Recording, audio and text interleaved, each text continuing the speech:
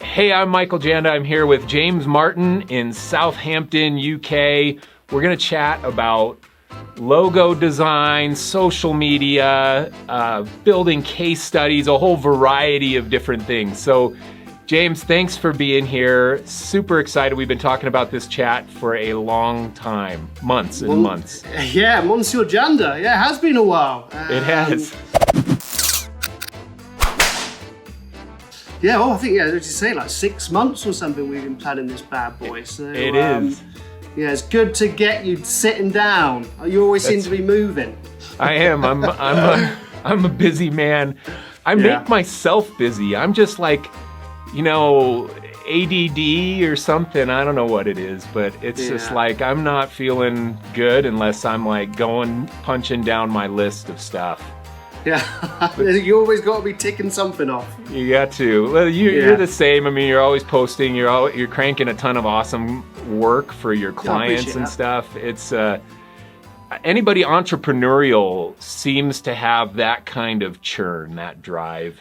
Yeah, so I think it's through basically failing a lot, isn't it? And learning what not to do next time. Just do it slightly less bad, and it seems to eventually get better. Yeah.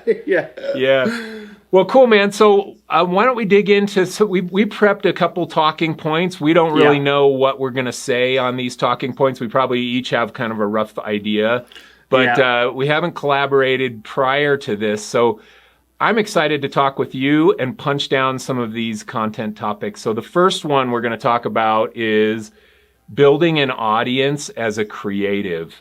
And you both of us have over 100,000 followers on Instagram. It's all organic growth. Yeah. Most of it's for me, it's the past 10 months or so. You're a little bit longer than that, I think, that you've been cranking on I'd say it's probably been a 2.5 year growth spurt. But I never grow very quickly in any way, so it's all good. Yeah, well, that's good. That's good when it comes to holiday weight that you're. That is the only time I do grow slightly quicker, which is no good for anybody, is it? That's right. So, what are your tips for people on building an audience on social media? What are some of your thoughts, and then I'll share some of mine. Yeah, so I mean, as we know, when I first started, in the creative world, there wasn't really this social bubble around at all. So things are moving so much quicker than they used to be. So if I kind of had to break it down to 3 things, 2, 3, it would be you have to constantly be evolving, and that's twofold. That's evolving your skills and also evolving to your habitat, shall we say. Because obviously the days have gone where I used to walk around with a printed out portfolio and take it to meetings. Now everything's online and accessible, and formats are changing, video, square stuff, rectangular stuff, portrait stuff. So always evolving your skills, constantly draw, constantly practice, and then obviously, as I say, like evolving to whichever platform. Even when Instagram first started, it wasn't really the creative hub that it is now. That has shifted a lot over the last 18 months, 2 years. I just used to post pictures of my dog. But now I've decided to actually post some work. So that would be one, and that would lead me into, number 2 is like, try to be a positive influence within your community. It's very easy to do, but it's also something very easy to forget to do. You've always got to be trying hard and being honest and doing all that good stuff. And, if somebody messages you back and has the time to message you, you should have the time to message them back. I know it's not always easy, but, it's a very important thing that I think people should be doing. And another one, which is probably my third and final one, because I know I talk a lot, so I've got to keep it short, would be finding your vibe, your style. It's taken me 15, 20, well, I'm 36 now, it's taken me 36 years to figure out who I am. And it's taken me the last, been doing design for 15 years, but over the last, I would say 4, 5, 6 years, I've really kind of found my flow, who I am, how I like to post. I've always done a lot of drawing, so that's kind of my kind of go-to style vibe. I spend like 80% sketchbook, 20% computer, whereas a lot of people do the other way around. If they use a sketchbook at all. If they use a sketchbook, but there's nothing wrong with that. I mean, there's really nothing. Your process is your process. You can do, you can work however you want to work. Sketching works for me, and some people don't sketch. But I grew up in an artist background and tattoo apprenticeship, and it was all drawing for me, all drawing. So that's kind of just something I took through, and it's something that I enjoy doing. It makes the day go by, doesn't it? All nice and smooth. Yeah, it's good. Man, you touched on some of the things that I think you do so well. You're authentic in your brand. You mentioned knowing who you are and sharing who you are. And I think that's so critical in building an audience on social media. You got to show yourself. This is how people really connect with you. You do it and I do it in social media. Share, I'm authentic. You're authentic, and I feel like I know you already. That's the first time we've ever talked outside of text DM, but I feel like we've been friends for months and months and months, and it's because I see you and I've connected with who you really are, and it's probably likewise back. And I think that's such an important piece of social media and building an audience. Absolutely massive. I know we're going to probably touch up on it again further down the line, but that's something that I've always believed in. I mean, you can have the best work on the planet, but people love working with people. And you need to, your work is as much you, as your work is your work, if that makes sense. People love working with people. And I think if you can put a face and, be yourself and align yourself with your work, it's, getting the right people to employ you and to want to work with you is a lot easier if they feel like they know. I mean, there's so many people come to me and they go, how was your dog? How was your night out the other night? Exactly. And I'm thinking like, where the bloody hell are you? Exactly, man. People message me and they're like, how's Miles doing? And I'm like, well, first of all, my wife probably doesn't like that everybody knows his name on social media. And but at the same time, I'm like, people know what I'm really doing in my life. My 8-year-old Miles, he makes some cameo appearances, and he's a cute little 8-year-old dude. He is a cute little 8-year-old dude, But I mean, I think that's so important. And I know, we chatted about it earlier. I know who I am. I'm not scared of being who I am. And I think over time, as you get older, it's a lot easier to just be yourself. If you like it, you like it. If you don't, you don't. But, I know a lot of kids, and younger guys growing up, it's, there's a lot of, they find, I speak to quite a few people on Instagram, and they're very much, I want to be able to do this, but my personality doesn't allow it. And I think, even to be fair, when I first started doing videos and stuff, it was nerve-wracking. It's awful, but it's practice. Repetitive nature. The more you do something, the more comfortable you get, and then over time you realize, what was I so worried about? Okay, so that we were going to talk about that later, but let's just roll into that, because I think that's such an important thing. I think what happens to people is that they think that their life isn't interesting. They think that I'm nothing. I'm a nobody. I'm living in X wherever in the world, and it's not interesting. But it's only not interesting to them. It's completely fascinating to a worldwide audience that gets to see a window into your life, and it's so different. You were posting the other day in your stories. You were like, the snow's coming, and that kind of thing. And I was like, and then you're walking your dog or something afterwards. And I was looking around at where you live and where you were walking. And I was like, oh man, this is so fascinating to me. But for you, it's just everyday life. Well, And exactly. That's exactly it. Yeah.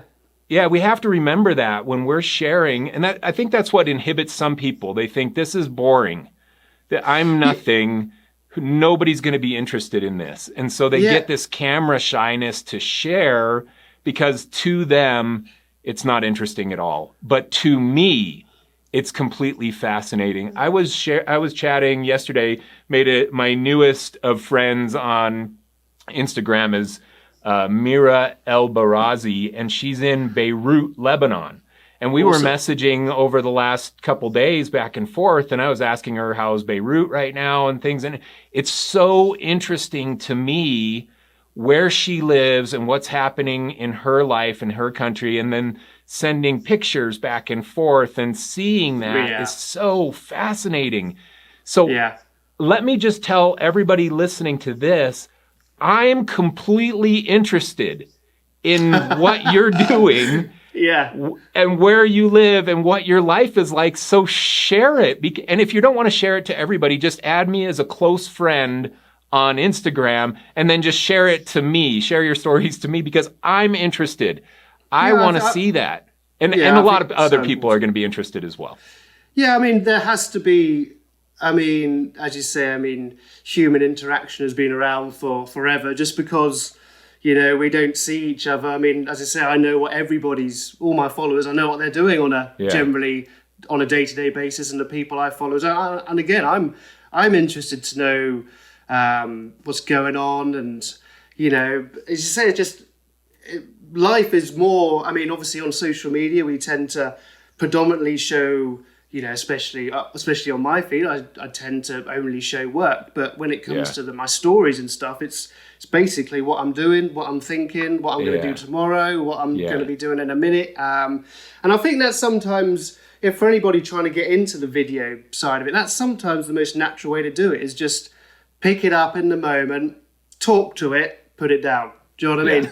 Even if you don't post it, do you know what I mean? So just pick it up, put it down, and over time you'll naturally get more comfortable with having this thing in your face and talking to it, and then soon, bing bang bosh, you're gonna have 400 stories a day, and I'll have to stop watching you. Exactly. Okay, this is one of the things that I was going to share as advice is like, shoot the video. You don't have to post it. So if you're trying to overcome camera shyness, shoot the video and then just save it in your files, and then get to the confidence where you're like, send it to your closest friends and say, hey, does this suck? Tell me your honest truth. Does this suck? They'll tell you honestly as well. Exactly. And you won't be embarrassed sharing it to some of those people. So, you know, or send it to me or send it to James. We'll give you honest feedback. And I'll tell you what, I'm going to tell you it's completely interesting. So post it and then practice more and keep posting, because it just gets better and better over time. Yeah, and also at the end of the day, you'll eventually get to a stage. I mean, I used to do exactly that, you know, shoot myself, say something wrong. You know, I've got quite bad dyslexia, so I kind of think stuff before I say stuff, and then when I actually look at it back, it's all over the place. But now I've decided to kind of just get on with it. If it's got a bit of a stutter in it, or I say a word wrong, I just tend to let it fly. You know, it's a part of me. It is a part of you. It's part of your brand. It's when you get on there. This is James. He gets on there. He's like, well, I'm gonna I think I'm gonna do this and bloody this, and my dog needs to go out. I gotta go. That's a James story. Yeah, but it's raw. It's so authentic, man. It's so real. And when I watch it, I'm just captivated by it, because your style is completely on brand for you. So embrace who you are, and don't be afraid to show it to other people, because that's how they're going to connect with you on a real level. 100%. I mean, I know we're all individual, but there are so many people who will think exactly like you, like the stuff that you like, think the way you think. And, you know, that's something, sometimes we do feel like we are alone, but there are so many people who might also be feeling the same, and being able to reach out and, the bravery that you might give somebody, if you start doing it, then somebody you've been talking to who's feeling the same might do the same, and it has this Yeah. kind of catalyst effect and snowball. And yeah, it's just about, you can only get better at stuff when you practice stuff. And that's for everything in life, for everything. Yeah, I agree. Okay, here's one thing that I found, and tell me if this happened to you as well. When I had a smaller number of followers, I was way more afraid to post videos, to share myself in stories, to be authentic. And as my followers have grown, my confidence level in sharing the real me and my own quirky things and my own unique sense of humor, I've gotten way more confident in doing that for some reason. And maybe it's because I think, you know what, I have a mass of followers now. Now I'm looking for this deeper, real connection with people. And I'm never going to get that without sharing my real thoughts or my real personality. But did that happen to you? Like, I'm way more confident to jump on knowing that I have 100,000 people that can possibly see this than I was when I had 800 people. For some reason, it was more nerve-wracking then. Yeah, I mean, for me, it was, very similar. I think, as your following grows, you tend to weirdly not care so much about what you're posting. And that's because I believe that, you gain confidence by the following, and people are following you because they like you, and then there's kind of this thing happens in your brain. Well, I can just be more me because people seem to like me, kind of thing. Okay, that's fair. I think that's a good. Yeah, and I think analysis. it just. I definitely used to be a lot. I'm not. Put me in front of. A group of rooms. See, I did it then. Yeah. A room of people. Yeah. A room of people. I am a nightmare. I shake. I stutter. But I've said this year what I'm going to start doing is I'm going to put myself out there, and I've got a public speaking thing lined up, and I am bricking it, absolutely bricking it. But I know it's something I have to do to become the person I want to become. Yeah. I have to kind of forget the old person. I have to not be safe, and I've got to push myself. If I want to do more talking gigs, I'm going to have to put myself in a situation where it's uncomfortable, because that's where the biggest growth happens, I think. So, as you say, like growing up, it was tough. I've never been totally introverted, I wouldn't say, but, definitely confident in front of people, especially when I'm talking about stuff that I know. But as I said, my brother's speech, for example, at Best Man at his wedding, it was a nightmare. Hated it. Never going to do it again. I hope he doesn't get divorced and married again. Did you make jokes about cancer? Because jokes about cancer are never going to fly. No, I didn't. I tried to not be funny, because I'm not that funny. So I try and just keep it, short, sweet. I didn't even drink up until that point, and I was gagging for a beer by then. So short, sweet, in, out, dance, and drink. And everybody liked it, but you. Is that how it went? Yeah, everybody. But they would have said that anyway. Do you know what I mean? They had a probably like, well, thanks for keeping it short, James. At least we can get on with our evening now. I think what you're saying is kind of evidence to the idea that, okay, in a room full of 50 people, 100 people at a wedding, it's more nerve-wracking to share sometimes than it is when you're sharing to your 120 or 130,000 people that you have following you on Instagram, because there you have complete comfort in the eyes of the viewer. To me, you're completely comfortable just posting it, making it raw, and sharing it. Yeah, I've had this, especially over the last year, had this real urge to kind of give back a lot more. That's why I'm sharing a lot more of my process and talking people a lot through my process more. And, I randomly just chuck out on a story, if anybody wants a call, and I just book people in randomly for half an hour calls and talk to them. And I think that kind of transition in myself of, I'm always learning. I'm always going to be a logo designer. I'm always going to be a creative. But, I've started to realise that I know some stuff that's worth sharing. You do. And that's kind of something that I've really started to push a bit more myself, is this openly sharing stuff. You know, I've always been told that, you know, knowledge is only knowledge if it's actually shared. I mean, if you just hold on to it, it's not actually knowledge because nobody knows about it. I like it. So yeah, I mean that, you know, that kind of rolls on to a few other points that we'll talk to later, which I won't go into because I know. Well, let's go into one. Which one do you want to start with? You want to start with?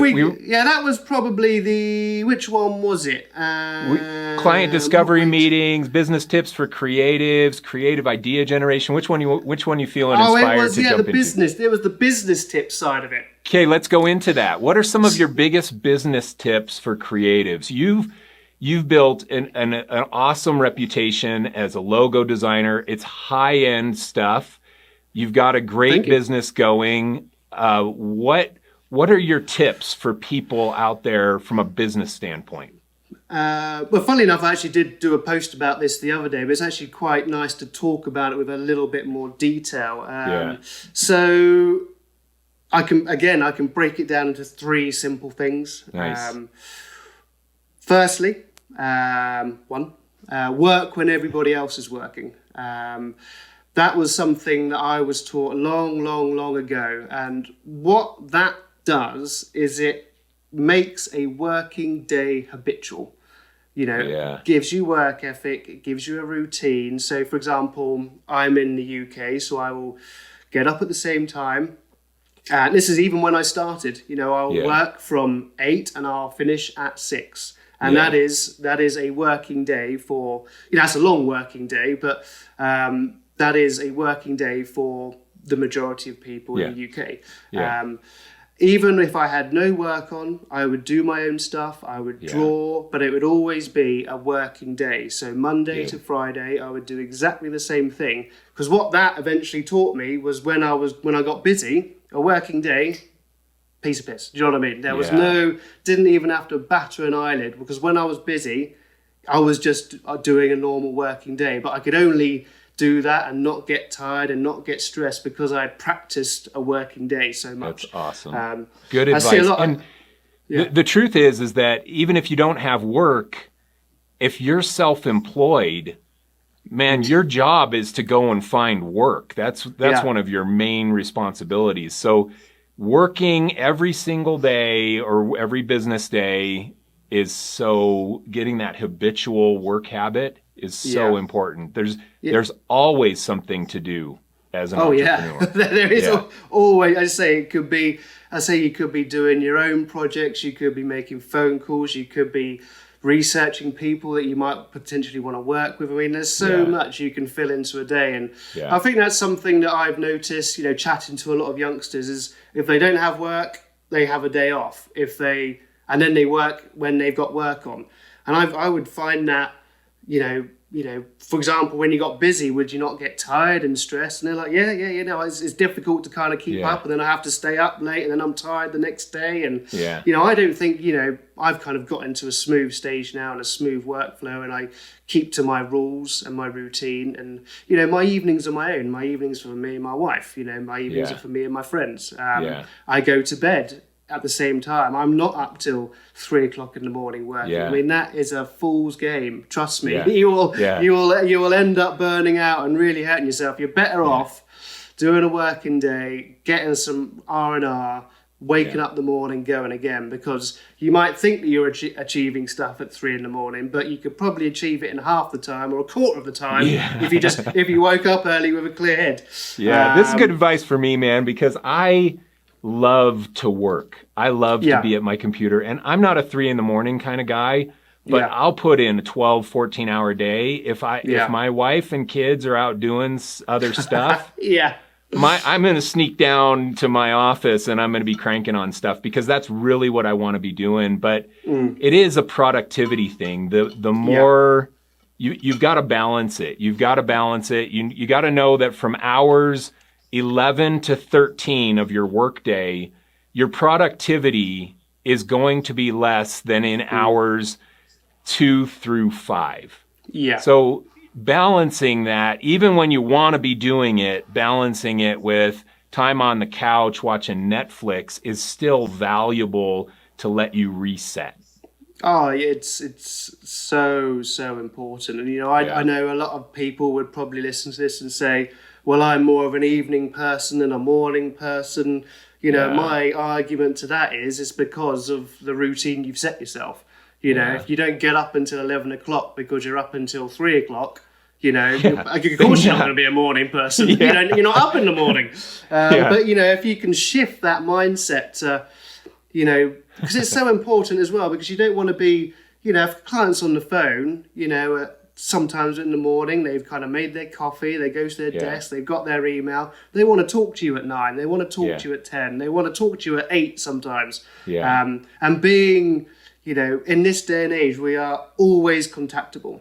Unfortunately, there is no excuse to not pick up the phone or not reply to an email. I know, especially if you go on a holiday, it's difficult. I mean, I get told off by my wife because I don't switch off either. But, you can't be doing this, you have to be contactable, I think. Yeah. And I think you can only do that if you're working when other people are working. Now, I work with people all over the world. I can't work the same day as UK and Australia because it would just not work. So just set your guidelines, set your rules. And, when you kind of start that conversation at work, there is, they know you're in America, or they know I'm in the UK. They know, we know what times we can talk. We know what times we can't. So you just got to make it work. That's one. Yeah, I think that's only one of my business creative tips. So give me another business tip. The second, I told you I talk a lot. It's good, man. I do too. So we're gonna fill some good content here. My phone's gonna run out of batteries, and you're gonna kill me. Yeah, we gotta keep an eye on it. It is. I can't even see the battery thing. It's fine. So my second one would be, and this is something again I was taught very, very early on, is having 3 sets of people, or just 3 people in your life, and that would be someone you can teach, someone that's on the same level as you, and someone that you can learn from.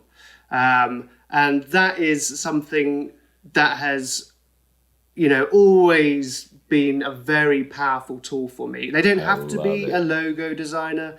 They don't have to be, a graphic designer or in the same industry.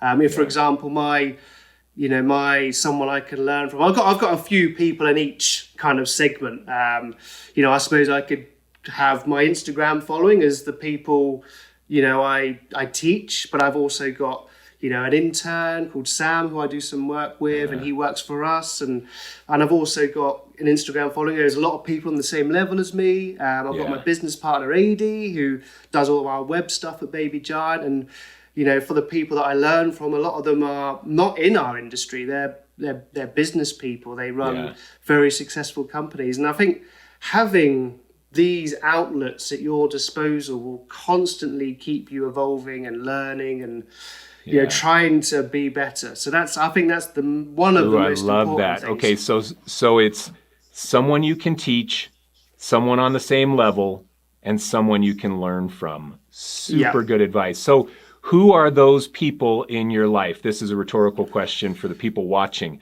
Who are those 3 people at least? And you probably, most people have many in all those facets. Yeah, I mean, to be fair, so I've got Sam Donnelly, who I basically did be an intern for a year last year on one of my Instagram things, and he was one of the guys who I chose, and we still work together now. So we have a phone call every Monday. He does awesome. He runs the Baby Giant social media stuff. I help him with his stuff, and he kind of helps us with our stuff. So he would be my person I teach, as well as, the Instagram fam. People are on the same level. I mean, I have a great chats with, I don't want to miss anybody out, but there's so many people on Instagram. Yeah. But there's Duran, there's Damien Kidd, there's Steve Raboyne, there's all sorts of people. I said Miriam. I mean, there's loads and loads and loads. you're gonna get me in trouble here. No, man, don't share anymore. Yeah. It's so many. I wouldn't share my list either, but it's so many that are on the same level as me that are good support and that bounce back. You and I have that occasional DM, and you know, it's the same. There's a same level of seasonedness. You're way above me, Mr. Janda. Well, you're way above me. Dude, I look at your content and I'm like, maybe I should completely change my content strategy because I love your stuff so much. You can just keep looking at mine and I'll keep enjoying yours. That's the way we can do it. There you go. And as I say, there's a few people who... I don't know if they'd want me to say their names, but I've got a very good friend, Nikki, she's always been a great source of inspiration for me when it comes to business. She's always pushing me and, you know, asking me why, you know, and then what next and all these questions. So, you know, she's been, in fact, she was one of the main reasons, in all honesty, that she was the kick up the ass I needed. You know, 5, 6, 7 years ago, I was just happy being a designer. You know, I was happy, you know, Baby Jant was doing well, but, you know, my life was good. And she kind of just gave me this. She just one day just said, you know, you're better than you think you are. And I thought, am I? And I thought, all right. And then from that day, I was just like, well, you know what? I'm going to work every single day to get better and better and better. And that is down to her. So she would definitely be my my go-to gal, especially whenever it's business-wise. You know, I like learning a lot of stuff creatively, but also, you know, we are running a business. You know, Made by James is a business. Baby Giant is a business, you know, and it's not just about doing the pretty stuff and posting it on Instagram. There's all the constant business stuff that you have to do, which, you know, without that, the wheels wouldn't turn. So, that would be... So, someone you can teach, someone you can learn from, and someone that's on your level. Very important. I love it. It's super good advice. And everybody should try and define who those people are or where they're getting those connections in their life.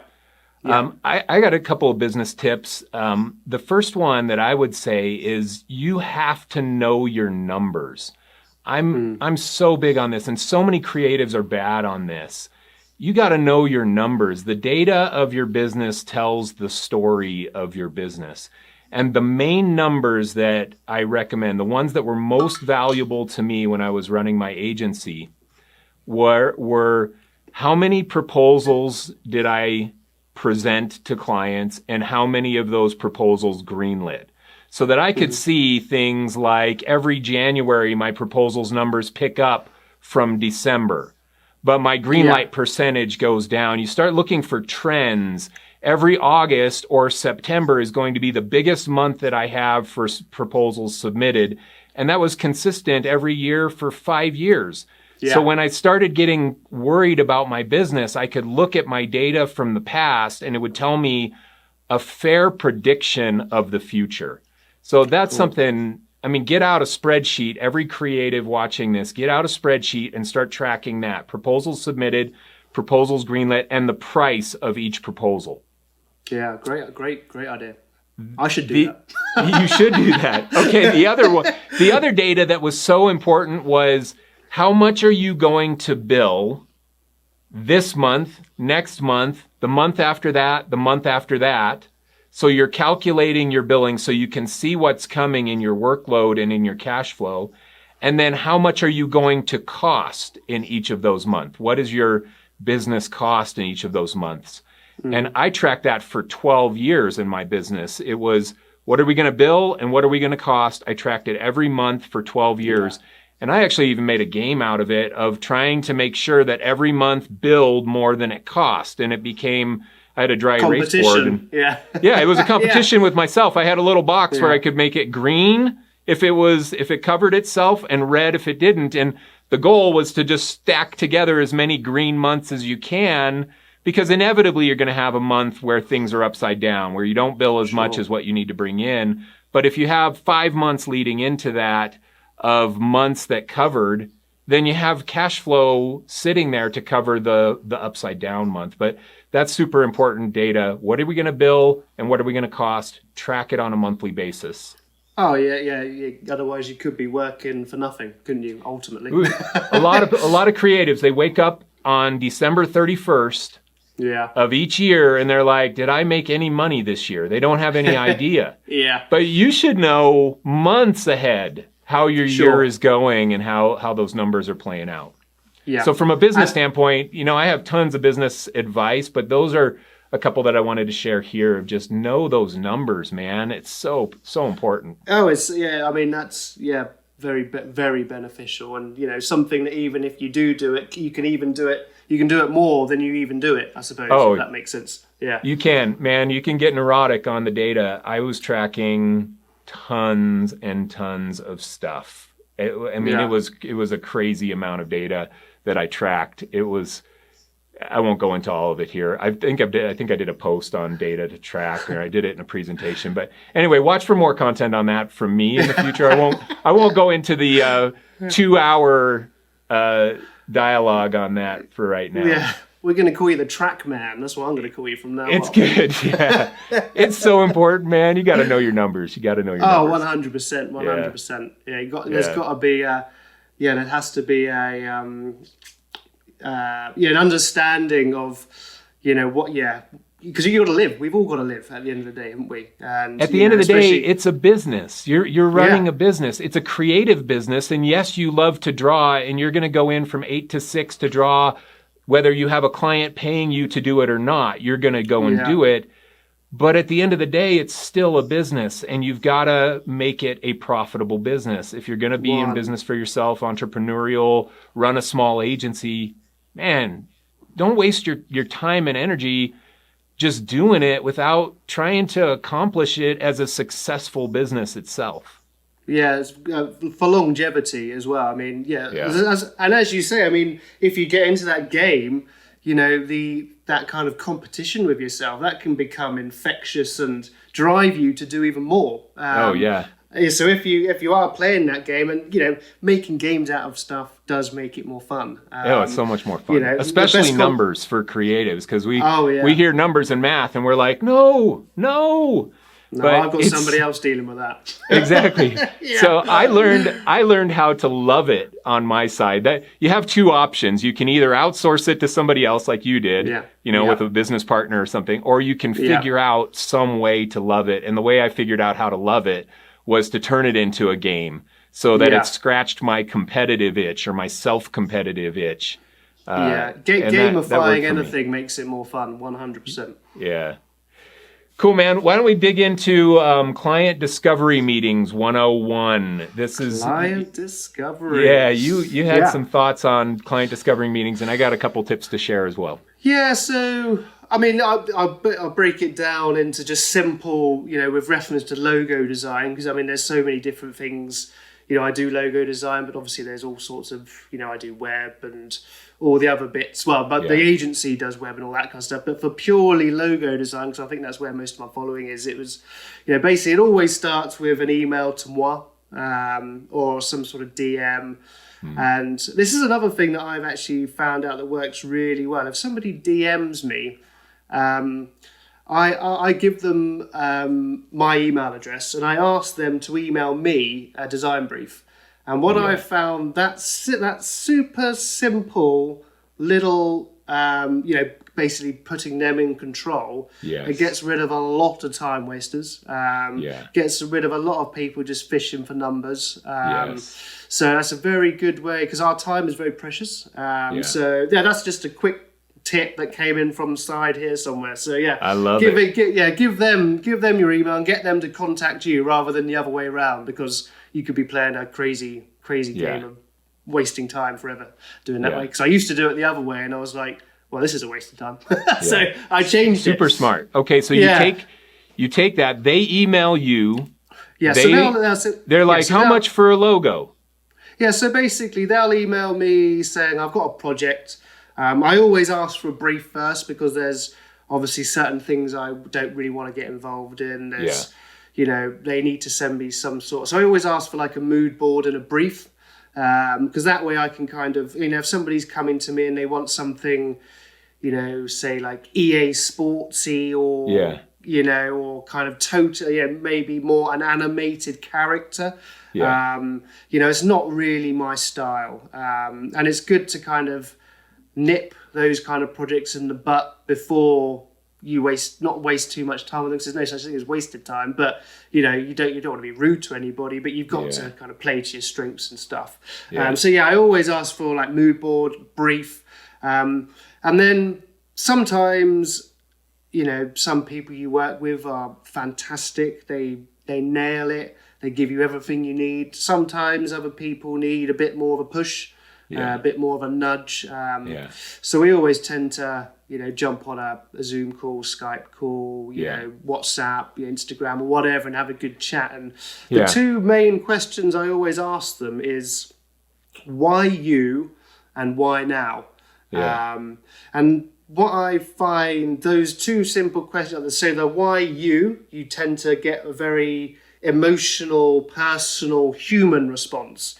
You know, they get passionate about why they do it, and you know, why they could think they can do it, and all these good buzzy things. And then obviously if you ask the why now, that's when the kind of more business side comes out of them. I mean, you can go a lot deeper than this, but this is just two very simple tricks that to get some good information out of them. So yeah, why you and why now? Because so the why now comes out of, you know, business. They think about timing, they think about industry, they think about, you know, all those kind of buzzy, cool things that go on the business side. And as I said, like the why you tends to come back to them, you know, their expertise, their journey, their life. And when you can kind of, if you can get all those, there's one of those funny things that somebody asked, somebody ages ago said about Google, you know, if you ask Google the right questions, it will give you the right answer, you know, basically. And it's the same with a client, you know, if you ask them the right questions, you'll be able to get the right information from them. And sometimes it's painful, but it is your job. I mean, to do the job that I need to do, I need the information to be able to do the job I do. Because I'm all about story and, you know, trying to tell their story, but in a very simple way, in a visual. And if I don't have that story, I haven't got a lot to work with.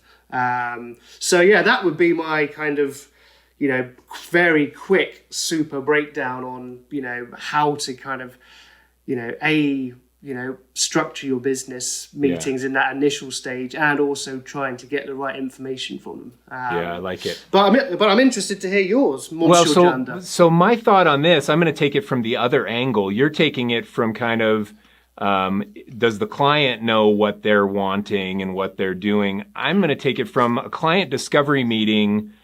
And everything you said, I'm 100% on board, and I love the requesting a design brief from them. This just vets out the people who are just price shopping. This is like they send you one email saying, hey, I'm interested in you designing a logo for me. How much do you charge? And then you spending 30 minutes working on that because they spent 10 seconds writing an email. Instead, you're going to say, send me your design brief, which makes them put 30 minutes into it so that you can spend 10 seconds reviewing it and get an assessment on whether this is even a good fit for you or not. 100%. My theory is if you commit to me, I'll commit to you. That's always been my way. So I love that you said. I think that's super, super great advice for people. For me, on client discovery meetings, my advice for this little chat is there are two questions that you should be asking yourself in a client discovery meeting. And the first one that you're trying to figure out, and this guides your questions that you ask. The first one is am I a good fit for this client? Mm-hmm. Am I a good fit? Are the things they're asking for things that I can execute on? Can I satisfy the needs of their business or the problems that they have? That's number one. And then the other one is this client a good fit for me? Yeah. And a lot of times you're on the phone and you're like, this person is a complete jerk. I don't care if this logo design project is for the next Facebook. Yeah. I cannot work with this human being. And a lot of times you're kind of doing that assessment. Is this a good fit for me? So is the personality of the client a good fit? Is the budget size a good fit? Is the project type a good fit? Is the timeline a good fit? All these things are the things that you're assessing, because it's not just, ooh, new client calls you, yay, I got a new project that I can try and win here. You don't want every project. You got to vet these people in this discovery phase by analyzing those things. 100%. Great thoughts there, indeed. Yeah. Yeah. Because I'm sure we've both been in that situation as well, where you kind of before you figure out, because you haven't done your due diligence, or maybe in the past where we weren't experienced or as experienced, you kind of, as you say, you chase the money, you chase the project, maybe you got bills to pay and all this kind of stuff, and before you know it, you're sitting there waking up miserable. Whenever you get an email from them, you're thinking, oh my God, I can't be bothered to even look at that, because it's going to be, there is, I've always kind of exactly on that point, no money in the world is worth being unhappy for. Yes. And that is that's only something that I've learned over the last, 5 years, really. Yeah. I've got into situations where, people have just, as you say, been out complete jerks. I was going to say a different word, but I don't know how much I'm allowed to swear on. We would have to put the explicit rating system on this video. So I kind of quietened my little tone down there. But I've got to a stage where they have just been so rude, and then you just get wound up. And I've just given them their money back and just said, money's back in your account. Yeah. Don't talk to me again. I've done the same. And it's gone. It's just gone. That wait, whenever that happens, it's only happened a couple of times in my life. But as I said, there is no money in the world that is worth being unhappy for. Yes. Ever. I agree. And I've done the same. I've given large sums of money back to a client to tell them, go find somebody else. Yeah, this is see you just later. not going to work out for us. Yeah. And, the money side stings, but the pain of the client is just too much to bear. The emotional baggage. And and also it's very important to, you should never be rude when you're kind of going for, although they might be being extremely rude to you. Yeah. The best thing you can do is kill them with kindness. Just kind of say, look, it's just not working out. Here's your money back. I've even said, you can have whatever I've done, just take it away, just don't contact me again. Yeah. And then most of the time they're like, oh no, I didn't mean it. I didn't mean it like that. You just took it the wrong way and blah, blah, blah, blah, blah. And I've just gone, mate, we're done. Money's in your Go account. tell somebody else. Yeah, go tell somebody who cares, because I don't. Yeah. It's good advice, man. It's good advice. Yeah. Hey, so why don't you check your camera battery real quick before we get any further and make sure that you're not going to completely run out of steam here. How do I check it? I don't know. Just flip it and see if is it still working? It's still working. I'm sure it would pipe up, wouldn't it? Okay. If it was. I don't know. It'll just die. It shouldn't do. All right. We'll I think we'll just keep on going. Mate. All right. We'll just keep on going. Usually it will just kind of tap up, won't it? It'll say 10%, 20%. Oh, bloody hell. Sorry. There, we can cut that swear out if you like. It's minor swear words. Yeah. Bum. Yeah, exactly. Cool. All right. Next thing we were going to chat about was creative idea generation. And this is something you're so good at because you show your process. So I see the thinking that goes behind the work that you do, and it's next level stuff. If you don't follow James on Instagram, if you're a logo designer, man, he's one of the ones that you should be following. He's one of the ones who's doing it at such a high level that you should aspire. No, it's 100% true, man. Honestly, and you're gonna think this is just like butter in your biscuit compliment, but Draplin is like the logo guy in the world, and I esteem you at that level of logo prowess. It's just so high end. So I'm waiting for your book, man. That's what I'd say, because I love Draplin's book. So I'm waiting for your book, but. Maybe one day that will happen. Yeah. I would say it's something that I've always wanted to do, but I'm not now. So going back to the question, creative idea generation. How do you do it for your logos? Because you put a lot of thought. It's not just making a pretty logo in your business. You go and you're creating a logo that can can serve as an identity, a core identity for a business, and it's higher level stuff. What are your thoughts on doing that for others? Well, again, it always comes out of that kind of client discussion and the brief I get and all that discovery stuff. And so basically it's kind of broken down into, like say 5 or 6 stages.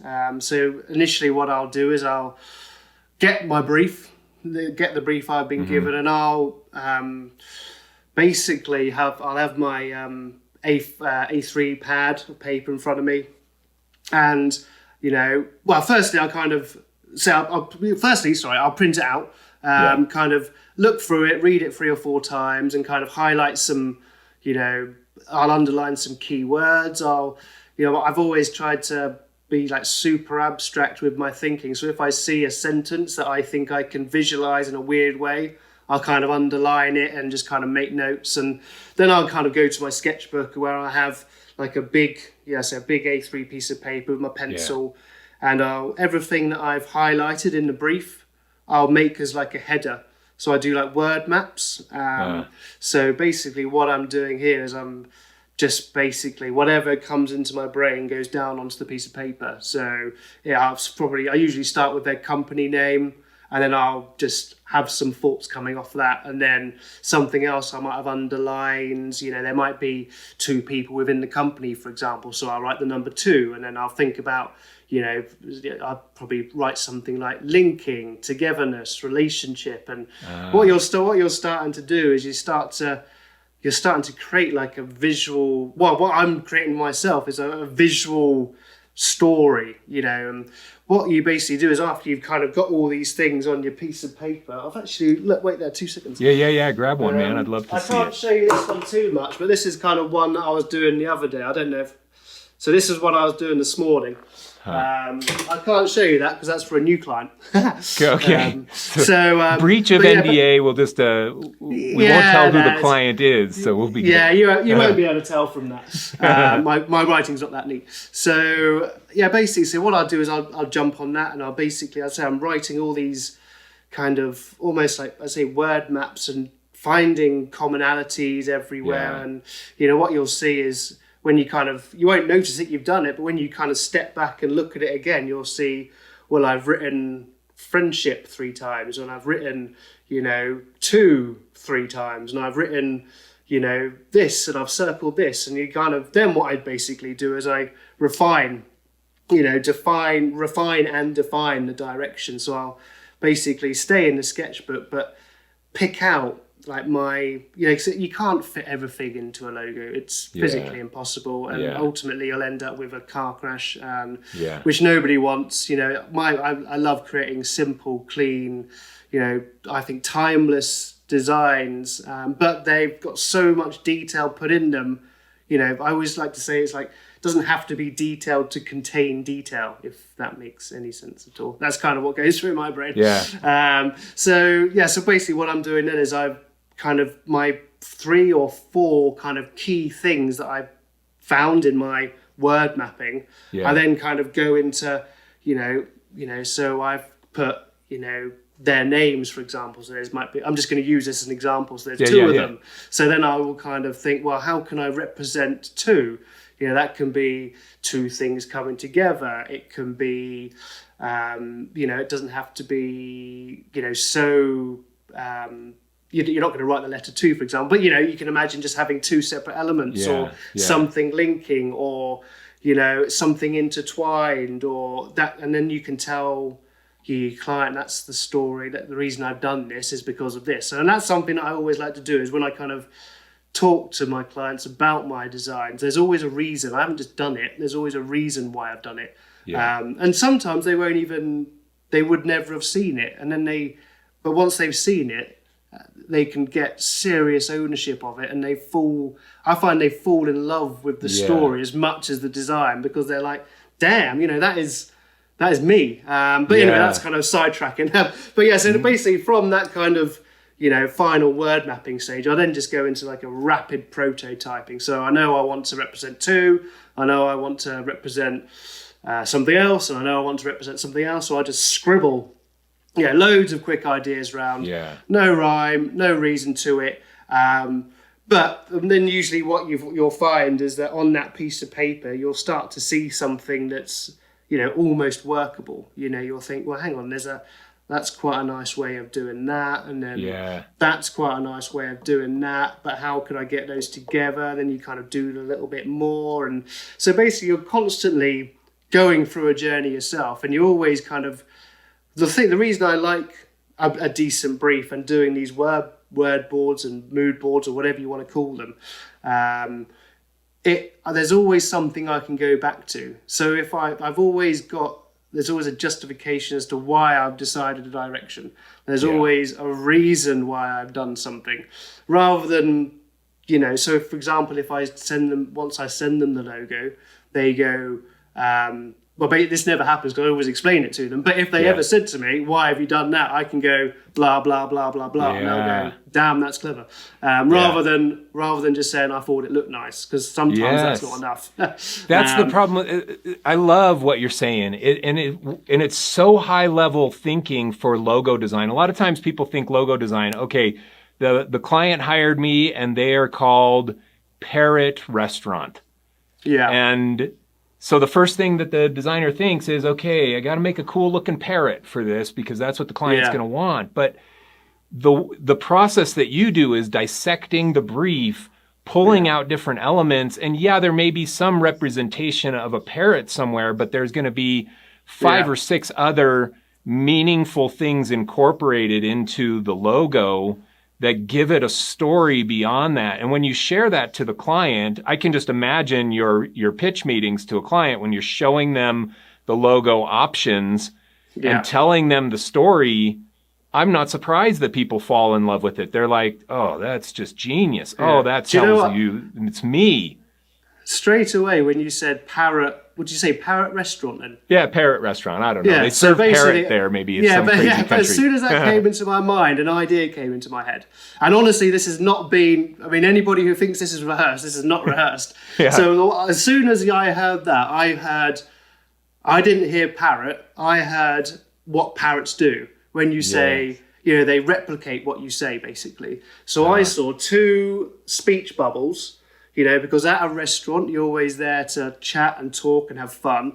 And then maybe within the negative space, you could have a parrot face, but then be talking about that duality of conversations, meeting people, having fun. I don't see that. I think that's something, I know that's not the best idea, but it's the best idea. That's the thing. For off the cuff, this is what I'm saying. Yeah. This is what I'm saying, man. For off the cuff, it's next level thinking for identity design. And so it's just I love that popped into your head, because it really highlights the high level ability that you've developed for yourself. This isn't natural. Like, people are creative, yes. People are creative, and you grew up creative. I can tell by your personal brand that you're a creative person ever since birth. So you've got natural creativity. But this ability to go and dissect some initial words and turn it into something more interesting that has more of a story, that can be learned. And James just gave the formula for it. It's dissecting the brief and pulling out the word things and then letting it fester over an A3 piece of paper. The process you've outlined can be so valuable to so many people to start thinking differently. Anybody can do it. I learned to do that, I think, at school when I was 6 or 7. We used to have to do it in science lessons, I think, or English. I can't remember what it was. I wasn't ever very good at school. But it's something that because I don't ever work with boundaries. There should never be any boundaries with kind of creativity. And I know some people have different perceptions on what a logo designer should be, and they shouldn't really have any emotion towards their work, and they shouldn't see themselves as an artist. They should see themselves as a problem solver and all these things. But I really do believe, everybody can do and work exactly how they want to work. But for me, having an emotional attachment to my work helps me level up my work. And I don't think, as artists, we are we are passionate people. As I said, like I was a fine artist before I was a logo designer, but I am on the other side. I think an emotional attachment is something that your client wants to see. They don't want to just see themselves as a number. They don't just want to be another transaction. They want to see, you coming up with weird and wonderful, passionate, and talking about the work passionately and sharing and, just being in love with what you do. I mean, because that is infectious for people. If you're just sitting there kind of going, I did this because it's a medical company and we had to use blue because that's what medical companies do. And I did a cross, and they'll go, for some people, they'll go, okay, that's great, I trust you. But if I ever, that's not the way I roll. No, which is why you're not doing $50 logos in your life. Yeah, it's because you're bringing a whole new level of thought process to it, and it's really, really inspiring. And that segment should be very inspiring and motivating to junior level designers who are cranking out cheap logos. That's how you can start delivering a higher end product to your customer. It's going through that process, creating purpose behind the design, and then sharing that story and that purpose to your client, and they will perceive you differently as a result of it. Nobody's 100%. Going to James thinking that they can get a $50 logo from him when they see his work. Well, not when you explain the process to them. No. That's the thing. Nobody's going to think that. Some people may. Yeah. Okay. Admittedly, there are some junior-minded clients out there who don't realize that requires an investment.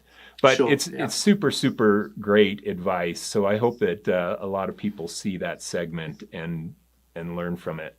Yeah, I mean, like yourself, I'm always around on DM. So if somebody's, I could get in trouble here and get inundated with about 5,000 briefs tomorrow. But, if there is, I'm always very open with trying to help as much as I can. I mean, I'm not going to do your work for you, but if you wanted me to quickly scan over something, some people do it. They send me logos and I say, why did you do this? Then they go, because it looked good. I say, that's not good enough. Go again. I always say there's got to be a reason. Give your client a reason to want to keep this forever. That's something very, very important. So good, dude. It's ownership. So good. I love it. Great advice. All right, we need to wrap up. You got any final thoughts for people that you didn't get to in our rambling, our mutual rambling? I hope it all made sense to everybody. Oh man, it's so good. It's so good. So much good knowledge bombs that you're dropping. Yeah, I mean, I don't. I mean, I suppose the main thing. I mean, we have kind of touched upon it, but also, let's remember, yes, I have 120 odd, you have 120 odd thousand followers. That doesn't come by fluke. That comes through a lot of hard work, So I think that's something to also remember. And if you do want to build an audience, be patient, be authentic, and just create consistently good stuff, and the rest will just happen. I think a lot of people try and rush it, and I've had people come and meet up with me, and have calls with me, and I take my time to go and meet them up, go for coffee or something. They're not interested in, I kind of get hoodwinked into it, and they kind of always not asking me about my design. They're asking me how I get followers, and that drives me insane. And then sometimes they're, the next day I'll look at their feed and they're suddenly copying my design style, my drawing style, and then kind of going, oh yeah, I've been doing this for ages. And I'll pipe up and go, dude, you talked to me yesterday about this. Why are you doing it? It's that ownership. I mean, the reason what I'm trying to get to here is, a following is a following. Your tribe will find you as long as you're putting out consistently good work that you're proud of. At the end of the day, your work is your best form of advertising. Your work will be seen if you do a logo for somebody over here, they're going to show 10 people. And if you could end up working for all of those 10 people. Yes. So whatever you do and whatever you put out into the world, especially as a creative, do it to the best of your ability, because shitloads of people are going to see it. I love it. So make sure it's good. Good. Excuse my Okay, so French. I'm gonna piggyback on what you just said, because I think that it's such a big takeaway.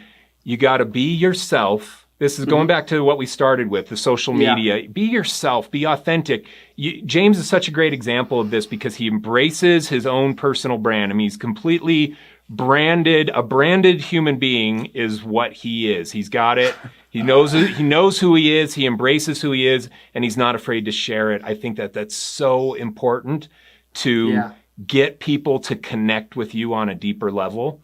100%. And then the other thing that you mentioned is share your work. So share your work. Don't go and emphasis share on your Don't share Paul Rand quotes or Marty Neumeier quotes and stuff. Go and figure out what your quotes are. What are your thoughts? What is your design that you have to share? Go and try and find who you are and how you think. So make it authentic to you. And I think that that's why a lot of my content grew, is because I am sharing. I'm not reading out of a book. I'm reading out of my book of life experience and sharing my own thoughts on that. And you're the only one who can, visualize and be able to talk about your thoughts, because they're yours. I mean, exactly. that makes your content so rich and engaging, is because it hasn't been seen before. Yeah. And back onto your point again. I mean, as you say, it's so important to be that person, to create your own content. And I guarantee you, if you put content out, there will be people who want to watch it, see it, comment on it, like it. But until you start doing it, you'll never know. I mean, you've just got to, there are people with ears and eyes who want to listen and see your story, and only yours. I love it, man. Good final thought. Thank you for being on this call. Super excited to post all this stuff. It was just awesome. You got knowledge bombs and your high level, man. Knowledge bombs and your high level. So it was really great. Glad we finally made this happen. Yeah, thanks for getting me on. It's been an absolute giggle. All right, man. Thanks, brother.